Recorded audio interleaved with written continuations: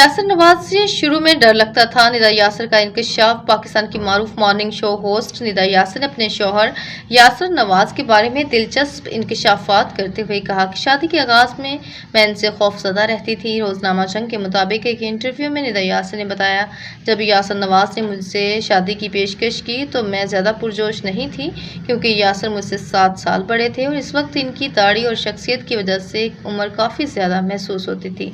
निदा यासिर ने कहा कि शुरू में यासिर नवाज से डरती थी और इनकी शख्सियत मुझे बहुत सख्त लगती थी। अदाकारा और मेज़बान ने अपने ज़वाजी ज़िंदगी से मुतल्लिक गुफ्तगू करते हुए बताया कि मेरे वालिदैन के दरमियान बहुत मुतवाज़न और बराबरी पर मुबनी रिश्ता था। मेरी वालदा को कभी भी किसी काम के लिए वालिद से इजाज़त लेने की ज़रूरत पेश नहीं आती थी, लेकिन मेरी अपनी शादी इससे मुख्तलिफ रही। निदा यासिर के मुताबिक मुझे अक्सर हर मामले में यासिर से इजाज़त लेना पड़ती थी और शायद ये तर्ज़ अमल यासिर नवाज ने अपने घर के माहौल से सीखा था।